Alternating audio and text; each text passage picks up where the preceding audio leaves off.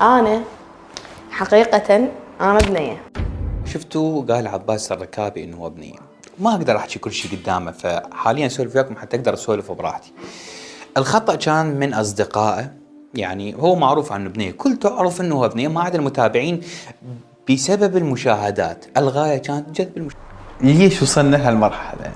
أنا قبل كان عمري 10 سنوات، كنت بالمظاهرات، كان قصتي ولادية بس طبيعي يصيحوا له رقية وهاي قدام العالم. زين بعدين كانوا قبل يصيحوا لي رقية وطلعت وطبيت، فاجى علي واحد. يعني انت كلها تعرفك انت بنية بالناصرية؟ كلها.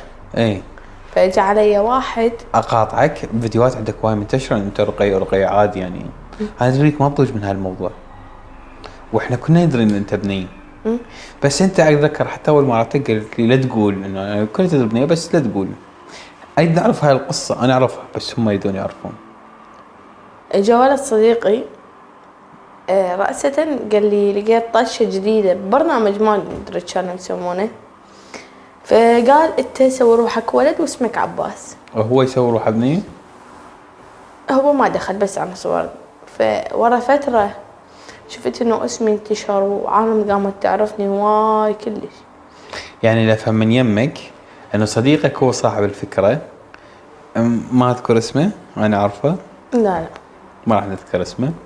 فهو صاحب الفكرة على مود مشاهدات. وانتم شفتوا اطفال يعني عمرك 10 سنين، وهو اللي عرفته هو من صغير.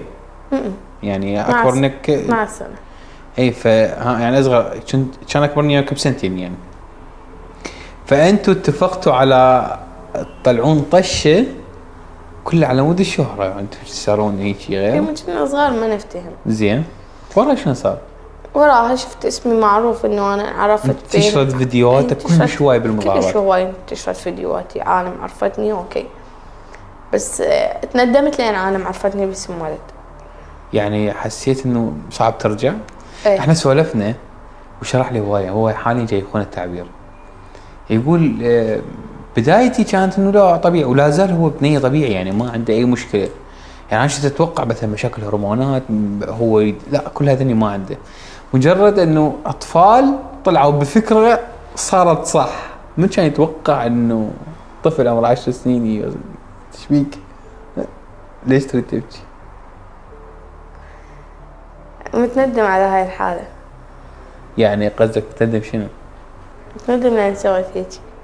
يعني مقهور. ما حد نصحني.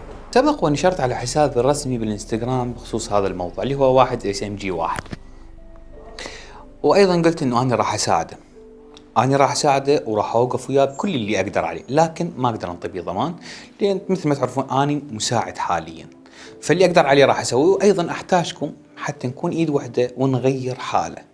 فانا امل بيكم وان شاء الله اني ما اقصر. اذا تحبوه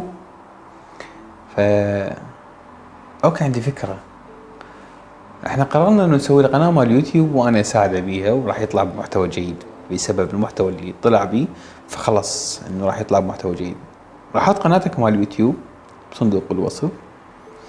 اي واحد يحب عباس خليه يشترك بقناته، نشوف جد يحبك.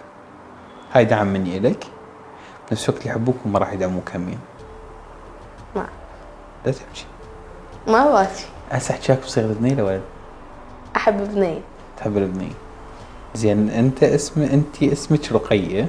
لقبي. لقبك راما. رام. تحب اسم راما؟ راما وحتى وجهك تغير. طبعا ملامحك كلش حلوه، ملامحك كلش حلوه. صعبه يا جماعه صعبه. دائما احكيها بصيغه ولد، هسه لازم احول بنيه. ليش تبكي؟ ما بكيت يلا راحت. احسبني ما بكيت يلا. لا دموعك حلوه. ارجع ابكي؟ لا حتى انت تبكين حلوه. شكرا. والله العظيم. انت كنت خايف من كلام الناس، تتأثر بالتعليقات السلبية. طبعا دائما اشوفه يبكي من وراء تعليق واحد. هيك يأثر بك كلام الناس؟ التعليقات السلبية يا ناس يا عالم، من تحكي حكاية انت ما تعرف ايش قد تأثيرها على المقابل، يا اخي اسكت. يعني انت ما تعرفون هذا الطفل ايش قد كان يبكي بسبب تعليق، ايش قد تأذى بسبب تعليق. يعني انا شفتها بعيني. اوكي هو مخطئ، انا وياكم على انه هو خطأ، لكن يوم يكون تعليقك بناء ممكن انت تغيره. فرجاء خلي تربيتك هي تحكمك، وخلي تعليقك ضمن تربيتك، حتى يوم واحد يقرأ يكون مخطئ راح يحس بخطأ مو يعاني. شوف انا اريدك تقرا تعليقات مال هذا الفيديو. انا متاكد انه جمهوري مثقفين، مو يعني حاجه سامع انه ناس هيلقيه وغيره. لا اقرا جمهوري، لان جمعت جمهور يحبني، جمهور يساندني. عثرت على ذلك في الويب. هذا عثر على ذلك في الويب. زين، فجمهوري يحبني، وانا متاكد ان الجمهور المثقف راح يحبك وراح يعني يتعاطف ويا الفكره اللي كانت. ان شاء الله بحال الله.